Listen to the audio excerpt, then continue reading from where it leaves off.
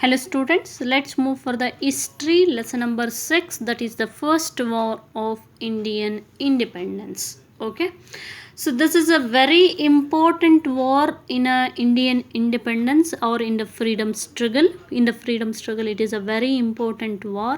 So if it is took place properly, this war, I mean first war of Indian independence, it is what is there. If it is took place properly by with all the strength or with all the unity, by that time only, by that time in the sense at the time of 1857 only we want to get the freedom for the India. So not necessary to wait till to 1947. Okay, so this is one of the greatest war among the freedom struggle, that is the first war of Indian independence took place in the year 1857. So this first war of Indian independence is also known as the 1857 revolt, and one more is there for this, that is also known as the Sipahi mutiny. That is also known as what? Sipahi mutiny. Keep in mind, Sipahi in the sense soldiers it is. Okay, Sipahi mutiny. So Indians or the Indian historians considered this struggle as the first war of Indian independence, because they know we are struggling for our independence. ನಮ್ಮ ಸ್ವಾತಂತ್ರ್ಯಕ್ಕೋಸ್ಕರ ಹೋರಾಡ್ತಾ ಇದ್ದೀವಿ ಅಂತ ಗೊತ್ತಿತ್ತು. That's why they are considered this struggle. ಈ struggle means ಹೋರಾಟ. So this struggle is called as the first war of Indian independence. But the British considered this as a revolt or a mutiny. I mean 1857 revolt, ಇದನ್ನ ದಂಗೆ ಅಥವಾ ಕ್ರಾಂತಿ ಅಂತ ಕರೆದ್ರು. So why they are termed, British termed like that 1857 revolt, because it is almost this war is against to them. That's why they are called as revolt or mutiny, ದಂಗೆ ಅಥವಾ ಕ್ರಾಂತಿ ಅಂತ ಕರೆದ್ರು. ಬಟ್ ವಿ ಕಾಲ್ಡ್ ಆಸ್ ಹೋರಾಟ, ಇಂಡಿಪೆಂಡೆನ್ಸ್ಗೋಸ್ಕರ ಹೋರಾಟ ಅಂತ ಕರೆದ್ವಿ ನಾವು. Okay, that is called as struggle. So this is about, so this first war of Indian independence mainly have many reasons for this first war of Indian independence. They are categorized as the reasons of the first war of Indian independence. They are categorized as the political reason. First one is political reason. The reasons only categorized as like that many, that is political reason. The second thing is economic reason. The second thing is economic reason. And the third thing is administrating reason. The third thing is administrating reason. Administrating reason. And the fourth thing is military reasons. Military reasons. Last thing is immediate reason. Immediate reason. Like that, the causes for the 1857 revolt, causes in the sense I told you, that is the reasons. Okay, keep in mind that. So the causes for the 1857 revolt are categorized as a five-way, or categorized as a five-way. Which are those? One is political reason, the second thing is economic reason, third thing is administrating reason, fourth thing is military reason, and the fifth thing is immediate reason. Okay, so they are, so let us know in that the first thing is political reasons. Which are all the political reasons for the 1857 revolt? Very important lesson, and definitely there will be the 3-mark question in this. Okay, whether they can ask the political reason or the economic reason or the administrating or the military or the immediate reason. You should be alert about that. Let us know about which are all the political reasons for the 1857 revolt. Okay, yes, first thing is the implementation of doctrine of lapse. Implementation of doctrine of lapse. I think you know about that. Who implemented the doctrine of lapse? Okay, who implemented the doctrine of lapse? Mainly the Lord Dalhousie. Doctrine of lapse in the sense also you know about that. What is the meaning of doctrine of lapse? If any king died without his son or without the heir, he didn't have any rights to adopt the any rights to adopt any son. Actually, that whole kingdom, okay, whole kingdom, if we didn't have any son or any hair in the sense HEIR, it is not HEIR, okay, hair in the sense avana makkalu, okay, if they didn't have any sons, the whole kingdom after his death goes to the British. Like that, the British occupy the many kingdoms what we have discussed in the previous lessons and everything. So that is, so this, the when the Dalhousie implemented the doctrinal lapse, so it lose the patience of the many Indian kings, like Satara, Jaipur, you know about that, right? Okay, Jhansi, they are what goes under the control of British easily. So they lose their patience, and also they want to lose their kingdoms because it is easily goes to the British, no.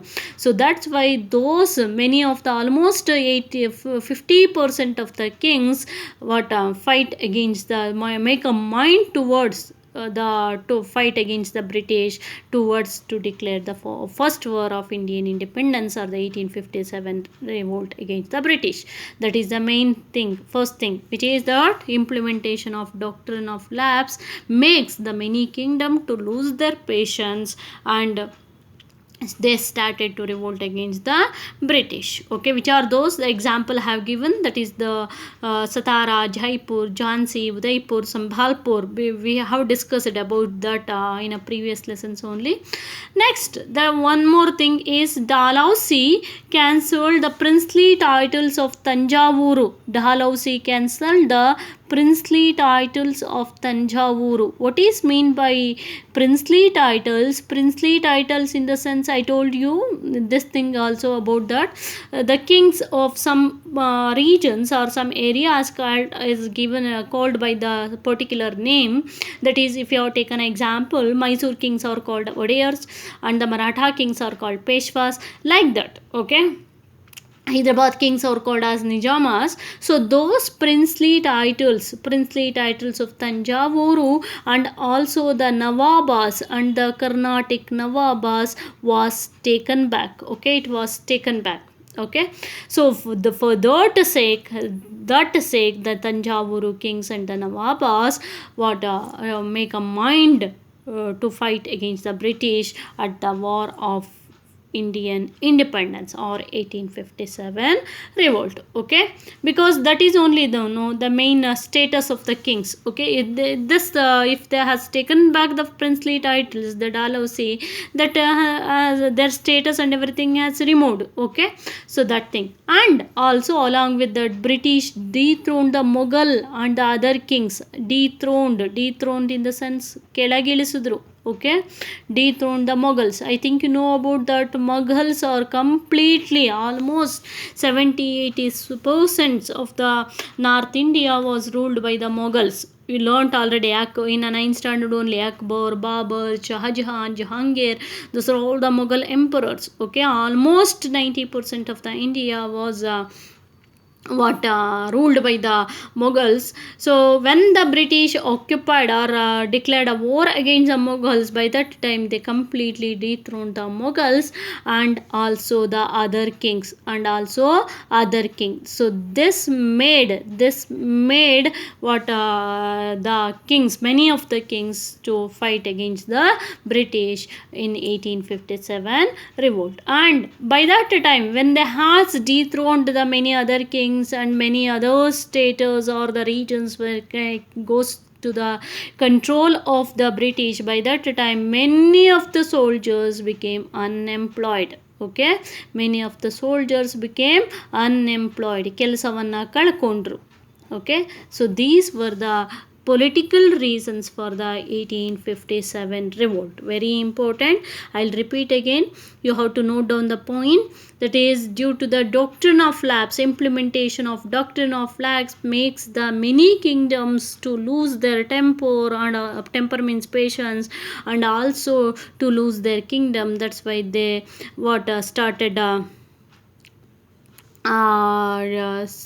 that revolt against the British. Next also the many of the the thing is next thing is Dalhousie cancelled the princely titles of Tanjavuru and Nawab. This made to revolt against the British, and British dethroned the Mughals and the other kings. They also, that's why they also revolt against the British, and many of the soldiers, by this act many of the soldiers became unemployed. These are the political reasons. Next we have to know about the economic causes. Reasons and the causes both are same. Next we have to know about the economic causes for the 1857 revolt. So which are all the economic causes for the 1857 revolt? Yes, due to the industrialization. By that time British implemented the industrialization even in England, and also the particularly this first as implemented in the England. What is mean by industrialization? Industrialization means establishment of industries. Okay, establishment of more industry to gain the more profit, that is called as industrialization.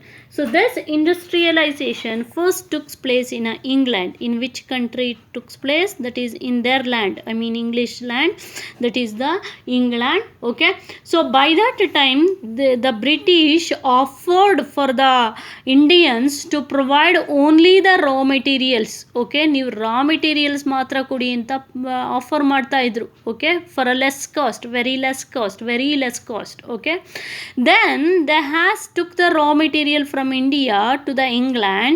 There they has produced the ready materials and sold the ready materials for a very high cost in Indian market. Ready materials for very high cost in Indian market.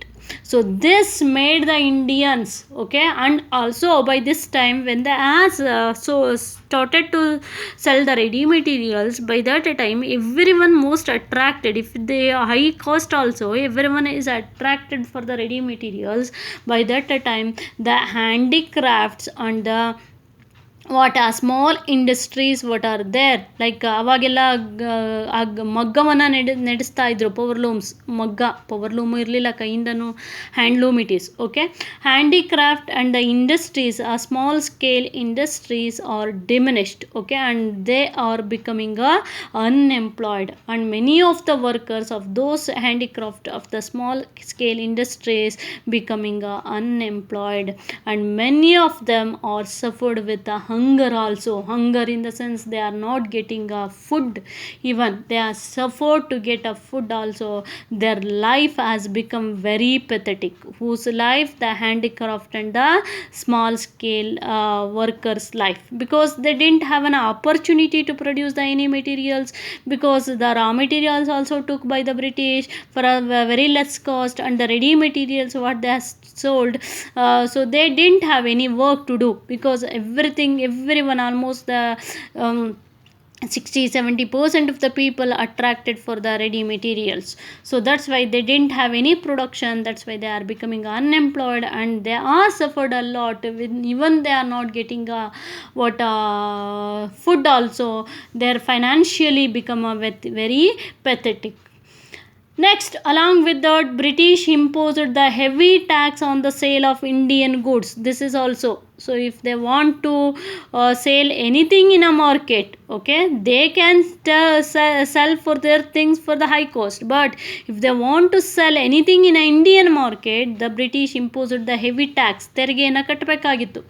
So that is made the Indians to revolt against the British. And also the Inam Commission, due by the Inam Commission. So Inam Commission, under the Inam Commission, all the gifted land were taken back. So Inam means gift. Okay, so the British previously, not the British, the Indian kings previously, who are all the workers worked for zero business in the sense, who are all the workers working in a temple, ಪೂಜಾರಿಗಳು ಅಂತ ಏನು ಹೇಳ್ತೀವಿ ಅವರು, and also the barbers in the sense ಕ್ಷೌರಿಕರು ಅಂತ ಹೇಳ್ತೀರಾ, ಅಂದರೆ ಇದು ಮಾಡೋರು, ಏನು ಬಟ್ಟೆ ಒಗೆಯೋರು ಅಥವಾ ಇದು ಶೇವಿಂಗ್ ಮಾಡೋರು ಅವರನ್ನೆಲ್ಲ ಏನು ಮಾಡ್ತಾಯಿದ್ರು. ಸೊ ಅವ್ರು they didn't have any more profit, okay, for their work. ಯಾರು ಅವರಿಗೆ ಪ್ರಾಫಿಟನ್ನು ಕೊಡ್ತಾ ಇರಲಿಲ್ಲ, ಇವಾಗಿನ ರೀತಿ ಸಂಬಳವನ್ನು ಕೊಡ್ತಾ ಇರಲಿಲ್ಲ.